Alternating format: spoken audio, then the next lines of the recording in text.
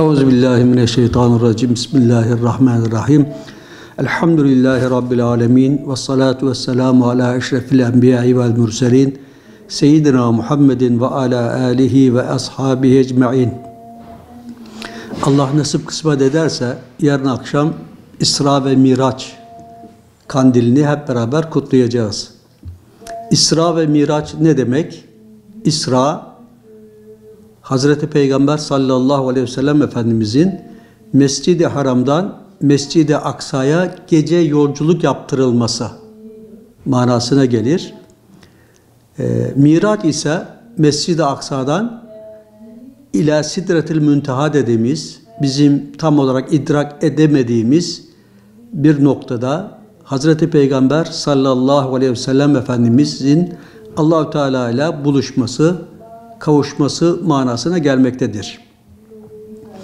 Ve Kur'an-ı Kerim'de İsra suresi vardır. İsra suresi şöyle başlar. Subhanellezî esra bi abdihi leylen minel mescidil harami ilel mescidil aksellezî bâreknâ havlehu li nuriyehu min ayatina. Subhanellezî, Subhan, Allah'ın tenzih edilmesi, Allah-u Teala'nın bütün güzel sıfatlarla muttasıf, bütün noksan sıfatlardan da tenzih edilmesi şeklinde ifade edilir. Bu kelime hem mastar, hem mazi, hem muzari ve hem de emir olarak sure başlarında gelmektedir. Sure başlarında. Sebbaha lillahi, yusebbihu lillahi, sebbihisme rabbikel a'la şeklinde burada da mastar olarak gelmektedir. Dolayısıyla Sure-i Celil'e Allah-u Teala'yı işte bütün noksan sıfatlardan tenzih ederek, bütün kemal sıfatlarla muttasıf kılarak başlamakta.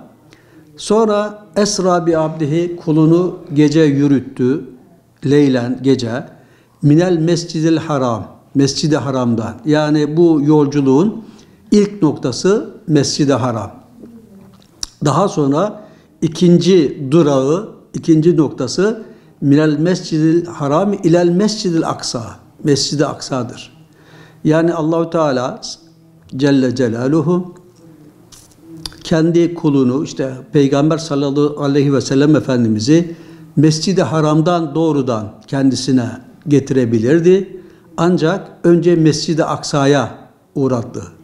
Bu da Mescid-i Haram'dan sonra Mescid-i Aksa'nın son derece önemli bir mekan olduğu apaçık ortadadır. Zaten ayet-i kerimede de bâreknâ havlehu, onun etrafını biz mübarek kıldık buyurulmaktadır.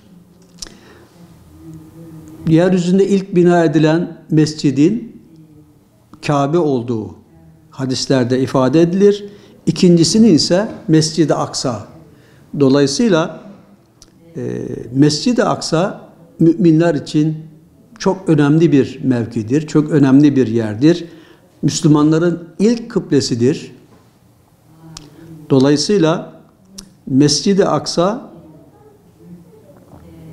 aynı zamanda dediğimiz gibi Mirac'ın ilk durağı, İsra ve Mirac'ın ikinci merkezi olarak son derece önemlidir.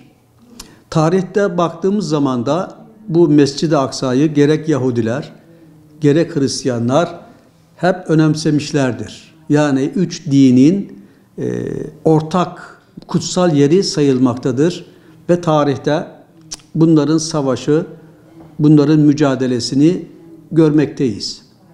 Bugün de Mescid-i Aksa'nın işte tehlikede olduğu Siyonizm karşısında bir takım özgürlüklerinin yitirdiği görülmektedir. Ve şu hala hazırda bu kutsal mekan maalesef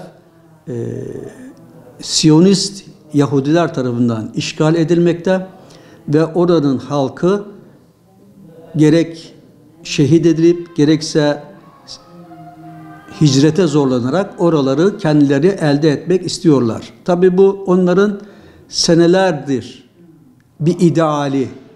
Siyonizm, zaten Siyon İsrail'de bir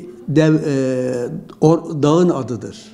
Siyonizm ne demek? O dağa dönme, o mekanları elde edip daha sonra arz-ı me'ud dediğimiz kendilerine vaat edilen topraklara sahip olarak ve bir dünya devleti kurma hayali söz konusu. Dolayısıyla gerek tarihte ve gerekse günümüz itibarıyla bu savaşı böyle değerlendirmek gerekiyor. Yani oradaki savaş sadece Filistinliler ile İsrailler arasında olan bir savaş değil, İsrailliler yani Siyonist Yahudilerle bütün insanlık arasında aslında cereyan eden bir savaştır. Çünkü Yahudi inancına, Kabala inancına göre onlar Allah'ın has kulları, seçkin kulları, kendilerinin dışındakiler ise Allah'ın onlara hizmet etmek için yarattığı diğer varlıklar olarak değerlendirilmekte.